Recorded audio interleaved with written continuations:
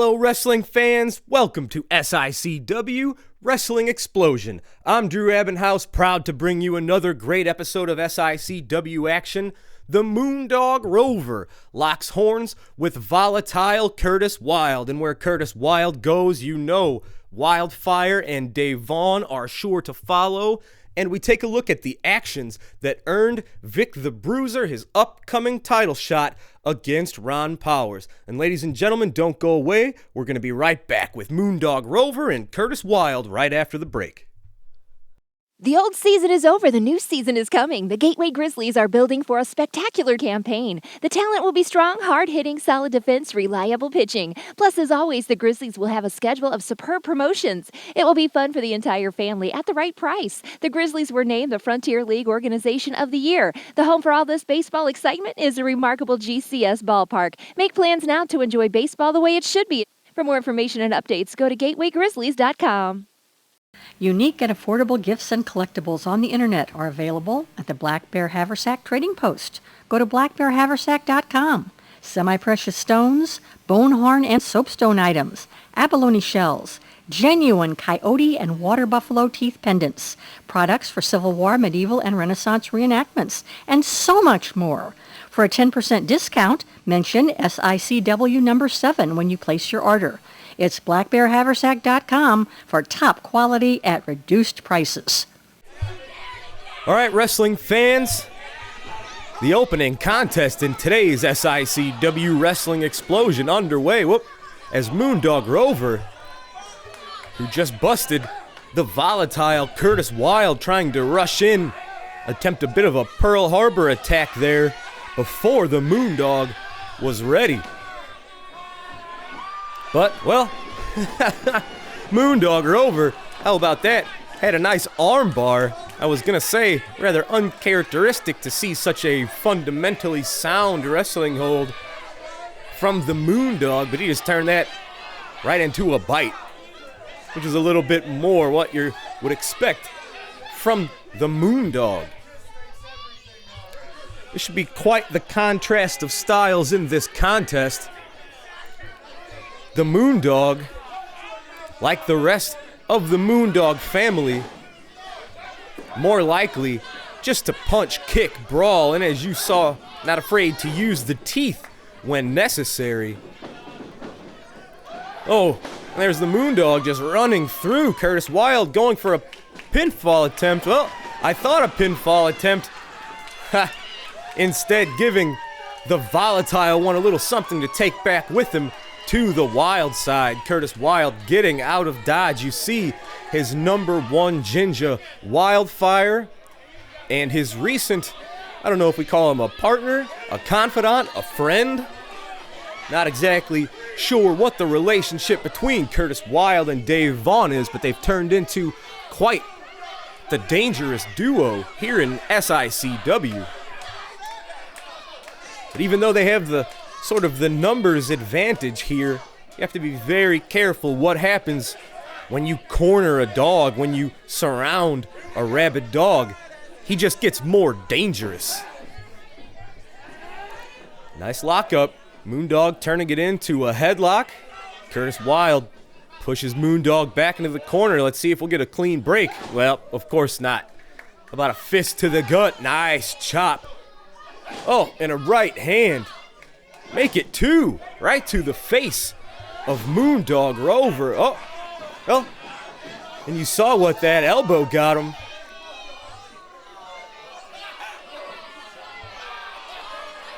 Not sure that attacking the head of a Moondog, the smartest way to go. And now Curtis Wilde learning that lesson for the second time in this matchup. You couldn't find 2 more different individuals, ladies and gentlemen. Of course, the Moondog from the swamps of Louisiana. As you see, he's got those cut-off denim shorts. Oh, I think Curtis Wilde just used the impeded vision of the referee and delivered a mule kick, a low blow, right to Moondog Rover. You saw him drop like a ton of bricks.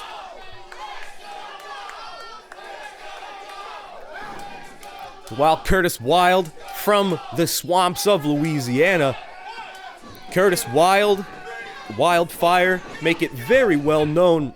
You're more likely to find them in the penthouse suite of your local 5-star hotel.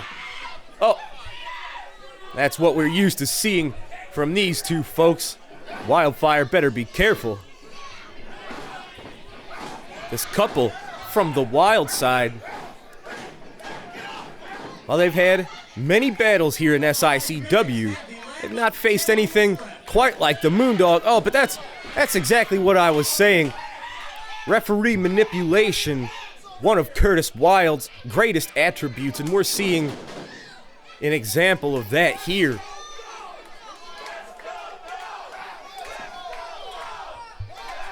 Here you can hear the East Carondelet faithful, some of the greatest fans in the world, trying to send some energy to the Moondog, saying, "Let's go, dog," and it seems to have worked. Moondog, like I was saying, just a master of the brawl, those punches, those kicks. How about that? That clothesline right to the top of the head. Curtis Wild was looking for a fight. He's certainly got one on his hands now, and there you see once again, oh, the Moondog fighting fire with fire. He was being choked a little earlier. And there you saw, oh, Curtis Wild just digging those fingers right into the eyes of the Moondog, and how about that? Beautiful hurricane kick. No, Curtis Wild could have used that opportunity to maybe attempt a pinfall, chose to brag instead, and now he's got the Moondog just staring right at him and barking right in Wild's face. He's not too sure how to deal with somebody like this, and how about that? Oh, I thought he was going for a single leg takedown. I guess that's a sort of a Moondog version of a single leg takedown. But again, once again, not afraid to sink his teeth right into Curtis Wild. And I have to be honest, it's hard to feel sorry for Curtis Wild in that instance. There you go, we saw Curtis with those chops earlier. Moondog with a chop and just a stomp right to the chest, driving the air right out of the body of Curtis Wild, following up with that big, big fist. Folks, SICW's next big show has been signed January the 21st. And I would have to imagine, barring any sort of emergency or catastrophe, we'll be seeing all of these individuals January the 21st. Oh, look at that. The Moondog had Curtis Wild tied up in those ropes, but Wild used a rather unorthodox kicks. Look at that. Curtis Wild, ever dangerous, always evolving his arsenal. I don't think we've seen that maneuver that he used to sort of swing the momentum back in his favor. But, yeah, I don't know if I could have recommended that. Curtis Wild, not known for his top rope maneuvers, and the Moondog caught him, and now catching Wildfire with whatever she was planning. Oh, let's see what... How about that? Moondog Rover just planting a kiss to Wildfire. Oh, no! But Curtis Wild capitalizing on the distraction for the 3. He got it. Curtis Wild picking up the 3 count. Well, Moondog Rover won himself a nice kiss from Wildfire, but it also won himself a loss in this case.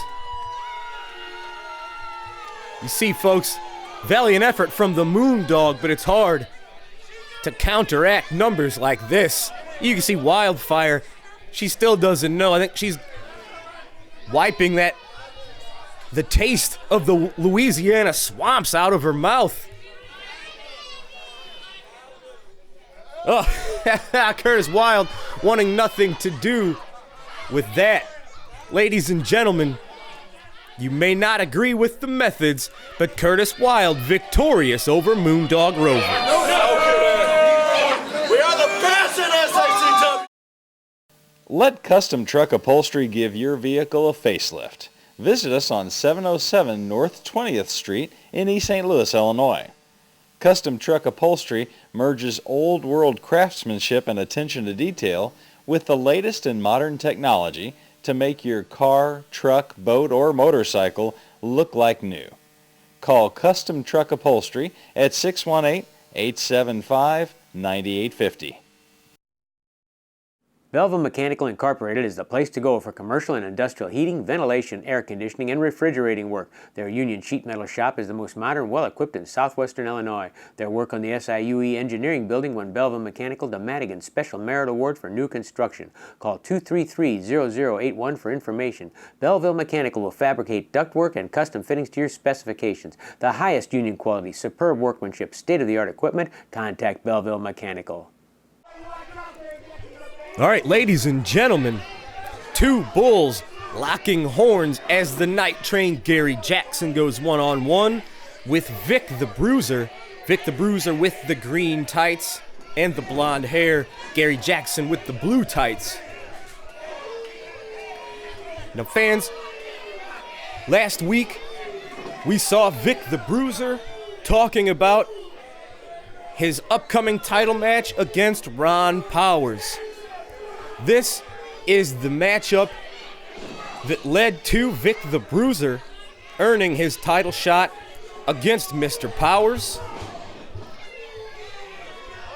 This was a great one-on-one meeting between two combatants who have never faced each other as far as I know, and these are two very experienced grapplers.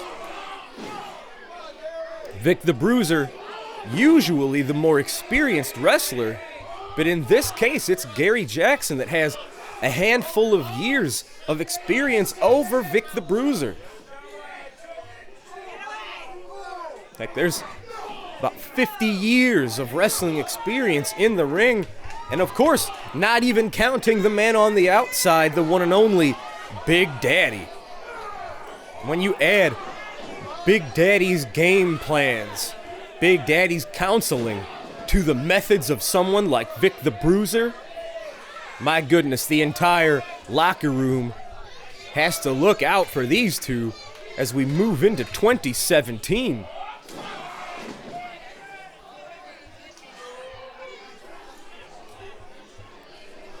Vic the Bruiser taking his time, being very methodical in his treatment of the night train.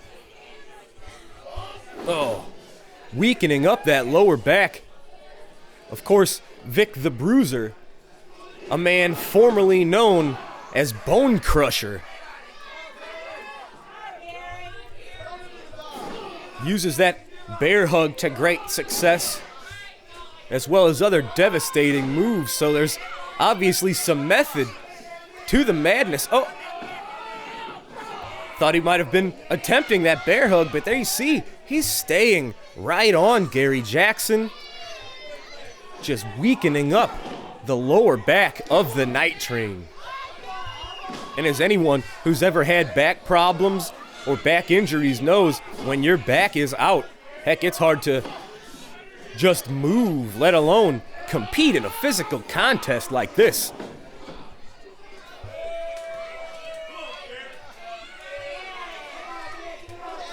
But of course, the night train, as brave, as fierce of a warrior as you get in the wrestling business. He's been an athlete since he was a child, wrestling almost as soon as he could walk. He was a baseball player, he was a football player, and of course, a military man. So you see him taking a ton of physical punishment at the hands of Vic the Bruiser. Oh, well, that was... Nah, I don't think Vic the Bruiser thought he was going to pick up a pinfall victory with a lackadaisical pinfall attempt like that. But as I was saying, folks, you have to darn near kill Gary Jackson. He is not a man who will give up. So although I'm sure pain, coursing through his body, and there's a little more, those brutal headbutts. Oh, that's the third one. Right into the lower back, the kidneys of the Night Train. I don't know what Gary Jackson's plan was coming into this contest, but the rather concentrated attacks from Vic the Bruiser, the man known as the Notorious VIC, I believe have thrown the Night Train, sort of off of his tracks. And fans, that's exactly what makes someone like Big Daddy so dangerous. With people like Big Daddy, with people like Travis Cook in the SICW locker room, Big Daddy has been studying people like Gary Jackson, people like Ron Powers. Oh, and Big Daddy has always studied the great managers. Of course, he would tell you that they all studied him, but you see him employing terrific tactics there. I hate to use the word terrific, but waiting until the referee was turned. Oh, there you go. There you go, Gary. He's fighting back. Gary using whatever energy he can muster to try to thwart this attack which has been going from the opening bell from Vic the Bruiser. And there you go. Gary Jackson utilizing his speed advantage. Beautiful drop kick. Nope. Vic getting that right leg over the bottom rope. But there you go. Gary Jackson certainly has an uphill battle, but there you go. Oh!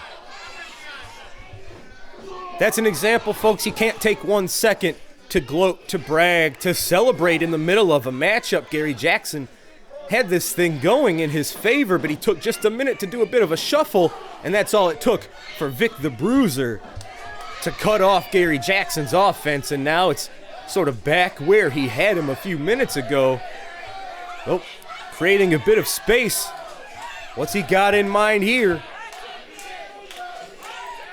Well, Vic the Bruiser allowing himself to get distracted by these fans. You see him charging into the corner. Oh, it was enough. There you go. I talked about that earlier, ladies and gentlemen. That's that fierce bear hug, which is extra dangerous after what's been 5, 6, 7 minutes of Gary Jackson having a target placed on his back. Oh, there you see the meanness. That's a vicious son of a gun, is Vic the Bruiser.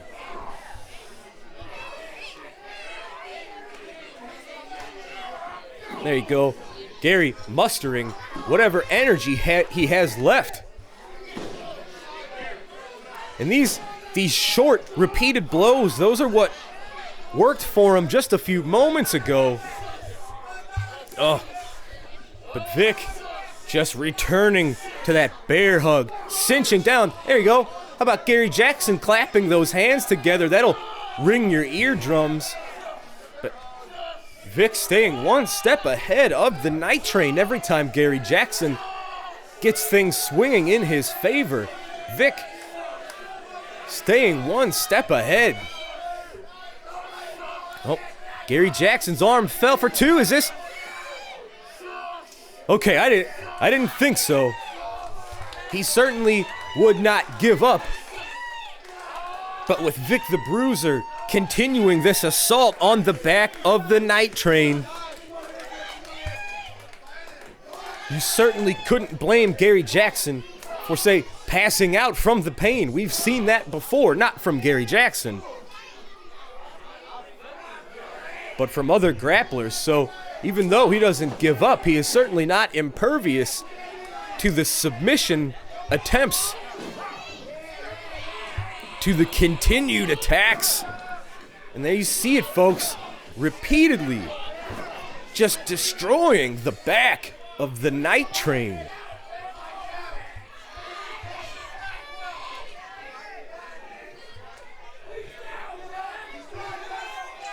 Oh, Gary Jackson, he might be out, folks. Vic the Bruiser attempting to lift what appears to be the limp carcass of the Night Train. His back might be out. He might not even be able to get up, ladies and gentlemen. I mentioned earlier, when your back is done and thrown out and injured, just moving it all is very difficult. Gary finding his way to his feet. Oh, but Vic, like a pit bull, just clinching down, cinching on the night train. And this will not only continue that assault on the lower back, these bear hugs, they'll drive the air, whatever oxygen might be left in Gary Jackson, being driven out. This bear hug from the man formerly known as Bone Crusher. Obviously going to leave a long-lasting effect. You heard the announcement there, 10 minutes have elapsed in this matchup, folks. And here's Gary trying to get something going. Oh, but Vic just lifting Gary Jackson up and off of his feet, which negates Gary's efforts, those elbows, those fists he was throwing. You need a vertical base to be able to throw those strikes that Gary was throwing. Vic the Bruiser, not just a monster, but there's some intelligence in there. And ladies and gentlemen, is this, oh, I thought that might have been all. Gary Jackson, as admirable of a warrior as they come, but you can only withstand so much punishment. The human body has its limits, ladies and gentlemen. And you have to imagine Gary Jackson has to be close to his limit. He's been giving up close to 100 pounds in this matchup. Gary Jackson weighing 220, Vic the Bruiser 315. So of course Vic the Bruiser using that weight advantage to his favor very well in this matchup.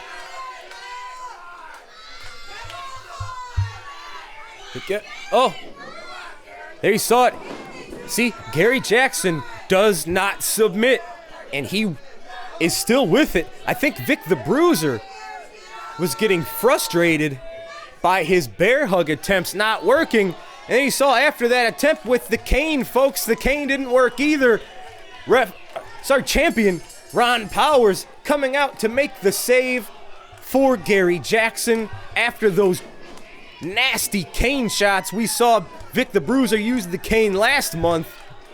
Ron Powers could not allow this beating to continue on his friend on the night train. And ladies and gentlemen, this is what set the stage for Ron Powers defending his title against Vic the Bruiser. And we'll see the results of that matchup in the following weeks here. 59 seconds due to the outside interference of Ron Powers. Gary Jackson has been disqualified. Yeah, you heard it, folks. We might not like it, but the referee missed those blatant attacks from Vic the Bruiser, disqualified Gary Jackson.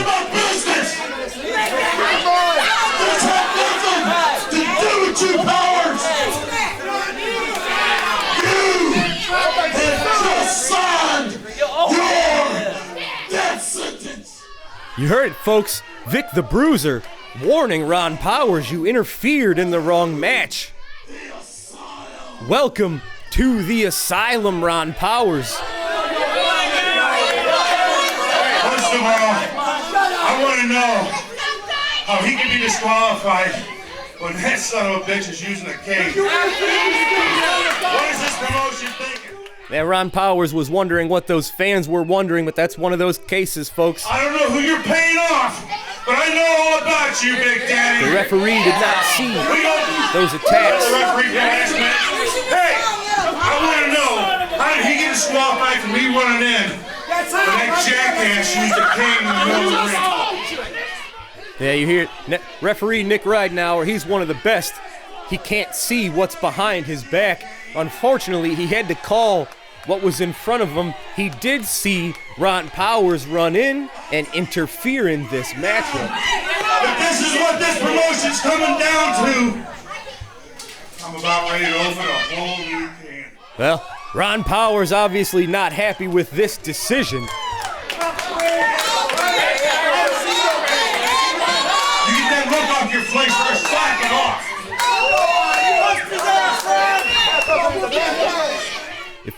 Whether you like it or not, folks, Vic the Bruiser, well, he did win this matchup, earning himself the title shot against Ron Powell. SICW is pleased to welcome as a new sponsor Warma Witter Chrysler & Associates, Inc., independent insurance agent specializing in public entity insurance. For all your insurance needs, contact Bradley J. Chrysler at 618-632-7555, extension 806. That's 618-632-7555. When it comes to customer service for your insurance coverage, let Warma Witter Chrysler & Associates assist you.